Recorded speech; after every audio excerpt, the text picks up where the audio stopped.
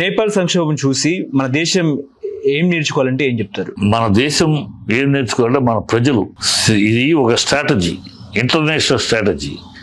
శ్రీలంకలో మొదలైంది, ప్రెసిడెంట్ భవనాన్ని ముట్టడించడం.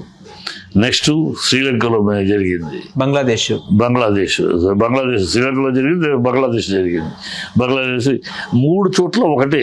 ఇప్పుడు దీంట్లో జరిగింది నేపాల్ 3 చోట్ల ఒకటే పాయింట్. ఏ పాయింట్? యూత్ని అన్రెస్ట్ చేయటం. ఉద్యోగాలు లేవు, నిరుద్యోగ సమస్య అని చెప్పి యూత్ని అరెస్ట్ చేసి అల్లరి చేయటం, అల్లరి మొక్కలు తిప్పటం, అల్లరి చేయటం, తద్వారా ప్రభుత్వాలు కొంచెం. ఇది అమెరికా యొక్క కుట్ర, రా యొక్క కుట్ర. ఎందుకు రా యొక్క కుట్ర? రాకి మెంగుడు పడనిగా ఉన్నది భారతదేశం.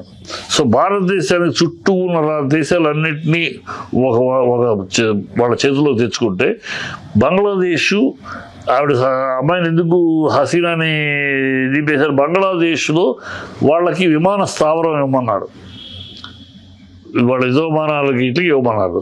అది ఇవ్వనంది ఆవిడ, అందుకని దింపేశారు. ఇప్పుడు వాళ్ళు ఆక్యుపై చేసుకున్నారు అక్కడ. ఈ కొత్త వాళ్ళు వచ్చారు, వాళ్ళ చెంచా తెచ్చుకున్నారు, అయిపోయింది. సో దీనికి ఇండియాని కూడా లొంగ తీసుకుంటే తప్పితే వాళ్ళ ఆధిపత్యం సాగవు. వాళ్ళ ఆధిపత్యం సాగాలని వాళ్ళ కోరిక. ఎందుకు? చైనా ఆధిపత్యం, భారతదేశ ఆధిపత్యం ఎదుగుతున్నాయి. వీళ్ళిద్దరూ కనుక ఏకమైతే, చైనా భారతదేశం 2 ఏకమైతే ఈ ప్రపంచం వీళ్ళకి సలాపు కొట్టాల్సిందే. అందుకని ఈ చైనా భారతదేశాన్ని రెండింటినీ కలవకుండా ఉండటం కోసం, కలయికలు జరగకుండా ఉండటం కోసం అది శాయశక్తుల కృషి. అలా చేస్తే కానీ చైనా భారతదేశం వేడివేడిగా ఉంటే తప్పితే వాళ్ళ ఆధిపత్యం సాగుతుంది. వీళ్ళిద్దరూ ఏకైతే highest population of the world ఈ 2 దేశాలు. టెక్నాలజీ పరంగా చైనా నెక్స్ట్ స్టేజ్లో మనం ఉన్నాం, జపాన్ కూడా దాటేస్తున్నాం మనం టెక్నికల్గా. సో అన్ని విధాల హైయెస్ట్ స్టేజ్కి వెళ్ళిపోతుంది. అమెరికా పతనం, అమెరికా యొక్క ఆధిపత్యం పతనం అంటే అమెరికా ఆధిపత్యం, దానికోసం ఇంటర్నేషనల్ కూప్, ఇది ఇంటర్నేషనల్ జరుగుతుంది. సో మన ప్రజలు ఇవన్నీ అవగాహన చేసుకోవాలి. ఈ కేవలం రాజకీయాలు కోసం ఆలోచించకుండా దేశాన్ని రక్షించుకోవాలి. మన దేశాన్ని రక్షించుకోకపోతే ఇలాంటి తరుణాలే 1850 కూడా ఇలా మొదలయ్యే వాళ్ళు ఆంగ్లేయులు మన మీదకి వచ్చింది. ఆ రోజుల్లో ఇలా మొదలయ్యి ఇలా విషయాల మీద అల్లర్లు మొదలెట్టి అట్ట వాళ్ళు ఆక్యుపై చేసుకున్నారు. మన ప్రజలు ఖచ్చితంగా ఈ దృష్టి ఉండాలి. మనకి ఇది ఏదో చిన్న గొడవ కాదు, ఇది ఒక కూప్, ఒక స్టడీ చేసుకోవాలి. మొత్తం అక్కడ జరిగింది, ఇక్కడ అన్నీ ఒకే పద్ధతిలో జరుగుతున్నాయి. అన్నీ రాజభవనం ముట్టడులే, అన్నీ ఒకే పద్ధతిలో జరుగుతాయి. వీధుల్లో రోడ్లోకి రావడం, తగలబెట్టడాలు, ఇదంతా ఒక స్కీమ్ ఆఫ్ యాక్షన్లో. ఇలా డబ్బులు ఎక్కడి నుంచి వస్తాయి, ఎవరు వస్తాయి? మనం ఇలాంటి వాటిని ఎంకరేజ్మెంట్ ఇవ్వకూడదు. భారతదేశం ఈనాళ్ళు మిగిలింది, బతికి ఉంది, ఇప్పటికీ సజావుగా ఉందంటే మనలో ఉన్న విధానం, సిద్ధాంతం, వాటిని మనం కట్టుబడి ఉండాలి. మనం ఈ దొంగ తిరుగుడు, దొంగ చొరబాట్లు వాళ్ళని ఎంకరేజ్ చేయటం, రాజకీయాల కోసం మనకి బంగ్లాదేశ్ నుంచి మనలోకి చొరబాటుదారులు వస్తారు. వాళ్ళని ఆపితే రాజకీయం చేస్తారా? మణిపూర్లోకి చొరబాటుదారులు వస్తారు, ఎక్కడి నుంచో ఐఎస్ఐఎస్ఏ వాళ్ళు వస్తారు, పీడిఎఫ్ వాళ్ళు వస్తారు అడవులోకి స్మగ్లింగ్కి. దానికి రాజకీయ పాయింట్లో మీరు దాన్ని సమర్థిస్తారా? కాంగ్రెస్ అనే ఒక దౌర్భాగ్యపు పార్టీ దేశాన్ని పట్టిన దరిద్రం. ఆ పార్టీ ఎప్పుడు పతనమైపోయి భూస్థాపితం ఉందో అప్పుడే ఈ దేశానికి పరిపూర్ణ రక్షణ. అంతవరకు ఆ పార్టీ ఎప్పుడు దేశద్రోహం మాటలకి, దేశద్రోహం చర్యలకి, ఎవడు ఈ దేశానికి ద్రోహం చేస్తాడో వాడి తరఫున మాట్లాడటం, వాడిని సమర్థించి మాట్లాడటం, ఈ దౌర్భాగ్యపు లక్షణాలు కాంగ్రెస్కి అనాది నుంచి వాటికి పుట్టుకతో ఉన్న పైత్యం అది. అందుకని ఆ దరిద్రం ఇప్పటికే అన్ని చోట్ల పోయించారు. ఇంకా పూర్తిగా భూస్థాపితం చేస్తే తప్పితే కాంగ్రెస్ అనే విషపు వేరు ఈ దేశం నుంచి వెళ్ళిపోతేనే మన దేశం. లేకపోతే ఎప్పుడో ఏనాడో మళ్ళీ వీళ్ళు ఏ ముసల్మాన్లకు అందించేస్తారు ఈ కాంగ్రెస్.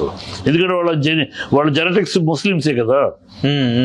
వాళ్ళు తెలుసు, పూర్వీకులు అందరూ తాతల మొత్తం అందరూ ముస్లిమ్సే.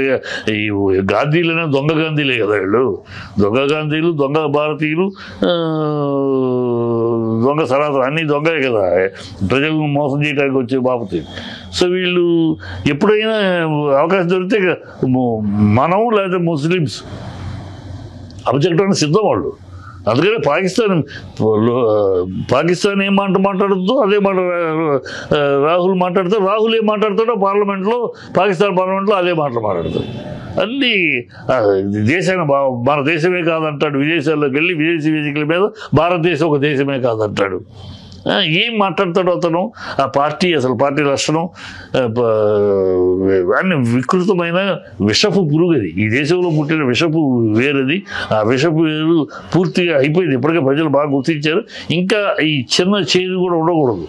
ఆ చిన్నది ఉన్నా సరే ఆ విషం ఒక చుక్క ఉన్నా మిగిలినా కూడా, చుక్కలో బాగా మిగిలినా కూడా డేంజరే. అది మొత్తం తుడిచిపెట్టేయాలి. తుడిచిపెట్టేస్తే కానీ ప్రజలు ఈ దేశం సురక్షితంగా ఉంటుంది. సో మిలిటరీని అంగీకరించరు, మిలిటరీని అవమానిస్తారు, కోర్టులను అవమానిస్తారు, ప్రతి వ్యవస్థని అవమానిస్తారు, ప్రతి వ్యవస్థ చులకనగా మాట్లాడతారు, ఈ దేశ సంస్కృతిని చులకన చేసి మాట్లాడతారు, ఈ దేశ సాంప్రదాయాన్ని ఔన్నత్యాన్ని చులకన చేసి మాట్లాడతారు ఈ కాంగ్రెస్ వాళ్ళు. నోరు తెలిస్తే ఐఎమ్ ప్రౌడ్ ఇండియన్ అని ఒక్క నోటప్పుడు రాదు వాళ్ళకి. ద గ్రేట్ ఇండియా అనే మాట వాళ్ళకి రాదు. గొప్పతనం ఇది భారతదేశం గొప్పది అనంటూ రాదు. భారతదేశంలో ఈ తప్పు ఉంది, ఈ లోపం ఉంది, ఈ బొచ్చే మాట్లాడుతూ ఉంటారు. లోపం లేని దేశం ఎక్కడుంది ఈ ప్రపంచంలో? అప్పు లేని దేశం ఎక్కడుంది ఈ ప్రపంచంలో? అమెరికా కూడా అప్పుల్లో ఉంది. అప్పు లేని దేశం ఎక్కడుంది? లోపం లేని దేశం ఎక్కడుంది? ఉంటాయి. కానీ ఆ దేశ ప్రజలు వాళ్ళ దేశంలో ఉన్న లోపాల కన్నా వాళ్ళ దేశంలో ఉన్న గొప్పతనం చెప్పుకుంటారు ఆ రాజకీయ. మన దేశంలోనే మన కాంగ్రెస్ పార్టీ దౌర్భాగ్యపు పార్టీ, నీచ నికృష్టమైన పార్టీ కనుకే ఇది ఎంతసేపు మన దేశాన్ని కించపరుస్తూ మన దేశ ఔన్నత్యాన్ని లో గ్రేడ్లో మాట్లాడుతూ చేస్తూ ఉంటుంది. కనుక ప్రజలు మన దేశాన్ని ఫస్ట్ ప్రేమించండి. దేశాన్ని కాపాడుకుంటేనే మనం. దేశాన్ని కాపాడుకోకపోతే మనం లేము. భారతీయులకు ఉన్నది ఒకటే భారతదేశం, హిందువులకు ఉన్నది ఈ దేశానికి ఉన్నది ఒకటే. ఈ దేశాన్ని ఎన్నో వేలాది సంవత్సరాల నుంచి కాపాడుకుంటూ వస్తున్నాం. మనం ఆ దేశం నిలబడాలి. దైవభక్తి ఎంత ముఖ్యమో దేశభక్తి కూడా అంతే ముఖ్యం అనేది ప్రతి ప్రజ గుర్తుపెట్టుకోవాలి. ఆ దేశాన్ని కాపాడుకోగలిగినప్పుడే, దేశ ఔన్నత్యాన్ని నిలబెట్టుకోగలిగినప్పుడే మనం భారతీయులం, నేను భారతీయుడిని, ఐఎమ్ ఇండియన్ అని ఘనంగా చెప్పగలం. అది తెలుసుకోవాలి ప్రతి ప్రజలు. అంటే మన రాజ్యాంగం గొప్పది కాబట్టి మన చుట్టూ ఉన్న దేశాలకు ఉన్న సమస్య మనకు రావట్లేదు అంటారా? డెఫినెట్గా మన దేశ రాజ్యాంగం యొక్క పటిష్టమైన రాజ్యాంగం ప్లస్ మన జీవన విధానం, మన హిందూ అనేది మతం కాదు, జీవన విధానం, ద స్టైల్ ఆఫ్ ఆ జీవన విధానం అనేది మనకు ఒక కంచుకోట లాంటిది. అందువల్లే వాళ్ళకు వచ్చే ఇది మన భారతీయ హృదయం చాలా చాలా ఔన్నత్యంగా ఆలోచిస్తుంది. చిల్లరతనంగా చీప్గా ఆలోచించవు. దీంట్లో ఇప్పుడు జ్వరపడ్డిన ఐఎస్ఐఎస్లు, పీడిఎఫ్లు, ఈ కాంగ్రెస్ లుచ్చాలు కొంతమంది వీళ్ళు చీప్గా మాట్లాడచ్చు దేశానికి గురించి. బట్ చాలామంది మన భారతీయ హృదయ స్పందన ఉన్న హృదయం, తడి ఉన్న హృదయం, చాలా చాలా సవ్యంగా సముచితంగా ఆలోచిస్తుంది.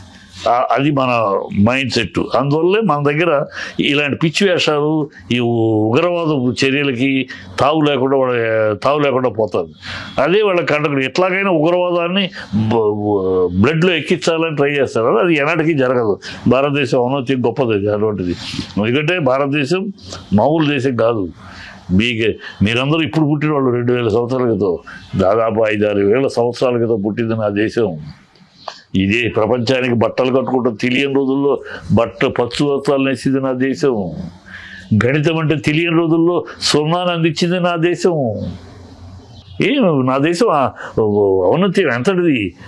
కుటుంబ వ్యవస్థ అంటే ఏంటో తెలియని రోజుల్లో అడవికి జీవితాలు గడుపుతున్న రోజుల్లో కుటుంబ వ్యవస్థ, అమ్మ నాన్న తండ్రి తల్లి కుటుంబం అంటే ఇది, ఇలా ఉంటేనే కుటుంబం జీవితాలు అని నేర్పింది నా దేశం.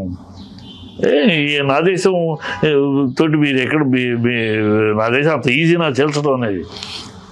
ఎప్పుడు 1978లోనే పార్లమెంట్లో, బ్రిటిష్ పార్లమెంట్లో ఆ ఇంగ్లీష్ అతను ఇక్కడ వైస్రాయ్ పనిచేసిన వెళ్ళి పార్లమెంట్లో చెప్పాడు, భారతదేశాన్ని మనం కంట్రోల్ తెచ్చుకోవాలంటే వాళ్ళ విశ్వాసాలను దెబ్బ కొట్టాలి. వాళ్ళ విశ్వాసాలు, వాళ్ళకున్న విశ్వాసాలు బలీయమైనవి. ఆ విశ్వాసాల్లో వాళ్ళు ఘనంగా ఉంటారు. ఆ విశ్వాసాలను బ్రేక్ చేయగలిగితేనే మన భారతదేశం మీద చేయి పెట్టగలం, పట్టు బిగించగలం. లేకపోతే ఎన్నటికీ వాళ్ళ మీద చేయలేమని అప్పుడే చెప్పాడు ఆయన. అదే చదువుతుంది. హలో, తెలుగు రాజ్యం ఛానల్ చూస్తున్నారా? సామాజిక, రాజకీయ, జీవన చిత్రణే తెలుగు రాజ్యం. అతిశయోక్తులు, అసత్యాలు ఉండవు. రాజకీయ కోణం కాదు, ప్రజా కోణమే కొలబద్ద.